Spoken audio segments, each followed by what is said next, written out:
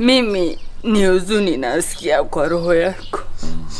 Kwa sababu huyu mama mwenye ameaga dunia alikuwa ni rafiki yangu. Sio mama, ni mzee. Okay. Sorry. Huyo mzee alikuwa ni rafiki yangu wa ndani. Ambaye tumejuana karibu miaka 10. Oh Jesus.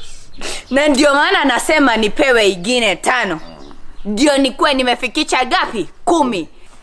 Tutawapei kofia ya kuweza kujikinga kutokana na jua. Kwa sababu kuko na global warming. Posho nyamaza. Kazi umekuja kwa maoborezi, hata ujui nani amekufa na uchakuja kuweza kuleta mama hiyo campaigns. Hata huwezi respect the dead hawezi mkuu unikasi tu hapa ni campaign. Tusikue nini? Upande sasa huwezi respect the dead.